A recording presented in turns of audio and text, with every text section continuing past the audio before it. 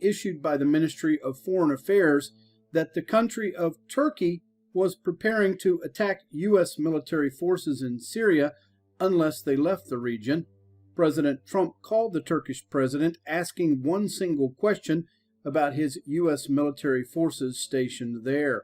Quote, "Can Turkey clear the east of Euphrates and the rest of ISIL in the event that they withdraw from Syria?" Unquote. Upon President Trump being told by the president of Turkey that indeed intensely prepared for a new military operation in Syria to wipe these ISIL terrorists out, the Ministry of Defense moved quickly to facilitate an Iranian troop pullout by 100 kilometers away from the separation line in the de-escalation zone in the south of Syria to lessen tensions with Israel, both of which were then followed by President Trump declaring victory over these terrorists in Syria and his ordering an immediate withdrawal of U.S. military forces from there, an order obeyed by U.S. Department officials who immediately left Syria, with their being followed by U.S. military trucks loaded with arms headed from Syria to Iraq, and U.S. military forces also withdrawing from their Turkey-Syrian border outposts. According to a tweet today by President Trump, getting out of Syria was no surprise. I've been campaigning for it for years, and 6 months ago, when I very publicly wanted to do it, I agreed to stay longer. Russia, Iran, Syria, and others are the local enemy of ISIS, and the United States is doing their work. Time to come home and rebuild. The most important thing to understand about President Trump ordering the withdrawal of all U.S. military forces from Syria is that it's the second time he has done so, with his first attempt to do so being about 6 months ago, when he declared that, quote, "it's time to leave Syria," unquote, but whose order was met with insubordination by U.S. Army General Joseph Votel, who fired back at President Trump stating, quote, "we're staying," unquote. And at the time, President Trump did not counter, ordering Votel to work with Russia to wipe out these terrorists.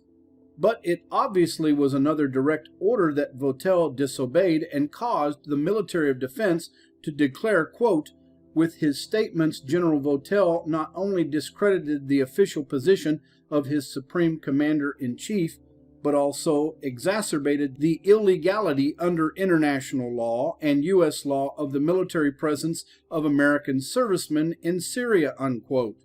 With the insubordinate and dysfunctional General Votel being a protege of U.S. Army General Stanley McChrystal, the former commander of NATO forces in Afghanistan, who recently told Secretary of State Mike Pompeo that he did not know what to do in Afghanistan at all.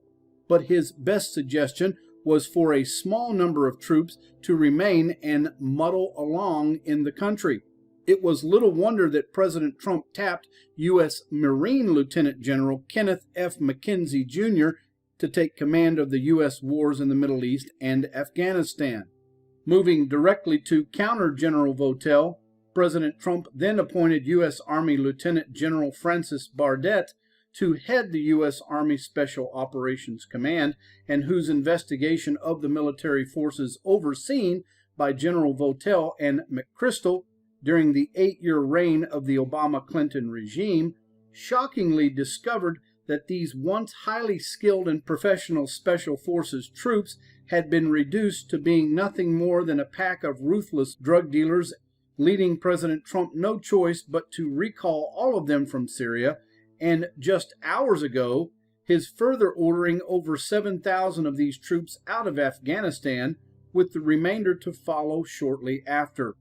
Seeming to stand against President Trump's moves to end his nation's needless and pointless wars was his Secretary of Defense James Mad Dog Mattis, a Cold War-era former U.S. Marine general whom President Trump likened to a Democrat because of Mattis's seemingly having no problem with endless wars fought for no purpose and no hopes of victory, and whose advice President Trump quit listening to months ago, thus causing Mattis to announce his retirement a few days ago.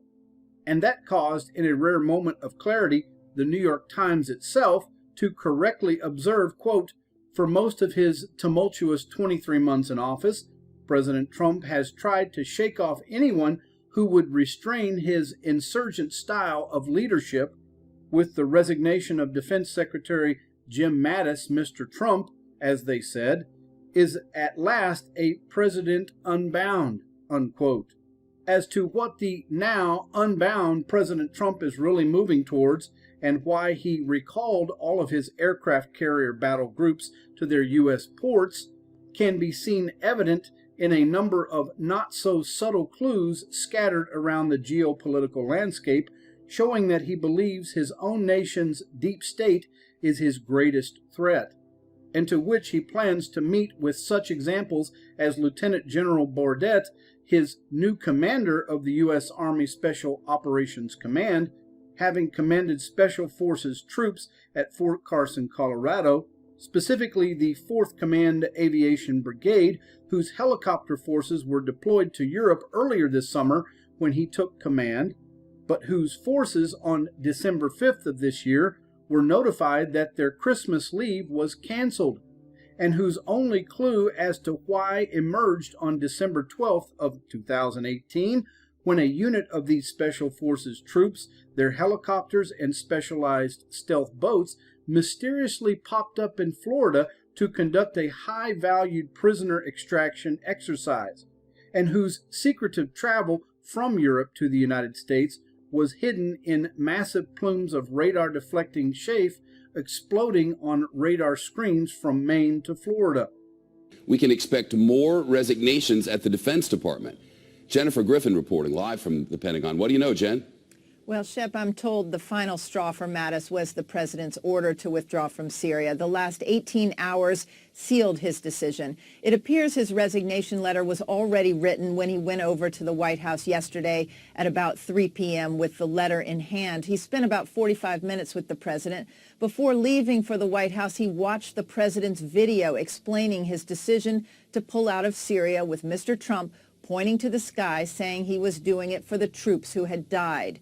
50 copies of Mattis's resignation letter had already been printed and were in a folder in his office to be distributed upon his return from the White House. Mattis believes pulling out of Syria is a betrayal of the Kurds, as John Roberts mentioned, and the Syrian Democratic Forces, U.S. allies who U.S. military leaders believe will be slaughtered after the U.S. leaves Syria, as well as refugees who are on the ground there being protected by U.S. forces. Here are the highlights from Mattis's resignation letter. Quote, "You have the right to have a Secretary of Defense whose views are better aligned with yours. My views on treating allies with respect and also being clear-eyed about both malign actors and strategic competitors are strongly held and informed by over 4 decades of immersion in these issues."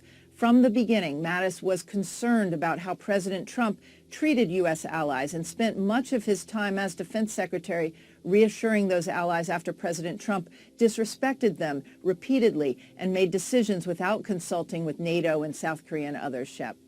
Jennifer, any talk of possible replacements yet? Well, it's not clear who will take the job of Defense Secretary if the president sticks to his plan to pull out of Syria. General Jack Keane has already said he won't take the job. Senator Tom Cotton is mentioned as a top choice. Cotton, a former Army captain, served in Iraq and Afghanistan. Hard to imagine him overseeing a pullout from Syria. He's already signed a letter with other senators, including some Democrats, opposing the pullout. Most likely Mattis's deputy, Patrick Shanahan, who gave President Trump cover for his Space Force, which the Pentagon for the most part opposed, will be asked to stay on as acting Defense Secretary. Shep. Where do things stand on Afghanistan? We've been hearing about a possible troop pullout there. Well, the president has indicated that he wants the Pentagon to begin planning to pull out about 7,000 or half of the U.S. troops in Afghanistan, but he stopped short of issuing an order. It's still being debated. All of this creating a good deal of discomfort at the 4-star level here at the Pentagon. President Trump liked to brag at the start of his presidency about his team of generals, Mike Flynn, H.R. McMaster, John Kelly, and Defense Secretary Jim Mattis, who he loved to call Mad Dog, much to the annoyance of the Defense Secretary. And in a few weeks, all these generals will be gone, and one former Army general, Mike Flynn, is now facing jail time. By the 1970s, President Lincoln had become a hero of political conservatives for his intense nationalism, support of business, his insistence on stopping the spread of human bondage, his acting in terms of Lockean and Burkean principles on behalf of both liberty and tradition, and his devotion to the principles of the Founding Fathers. As a Whig activist, Lincoln was a spokesman for business interests, favoring high tariffs, banks, internal improvements, and railroads in opposition to the agrarian Democrats. William C. Harris found that Lincoln's reverence for the Founding Fathers, the Constitution, the laws under it, and the preservation of the Republic and its institutions undergirded and strengthened his conservatism. James G. Randall emphasizes his tolerance and especially his moderation and his preference for orderly progress, his distrust of dangerous agitation, and his reluctance towards ill-digested schemes of reform. Randall concludes that he was conservative in his complete avoidance of that type of so-called radicalism, which involved abuse of the South, hatred for the slaveholder, thirst for vengeance, partisan plotting, and ungenerous demands that Southern institutions be transformed overnight by outsiders. So it sounds familiar, ladies and gentlemen, that even President Trump is trying to deal with a lot of the same things that President Lincoln dealt with, including nationalism.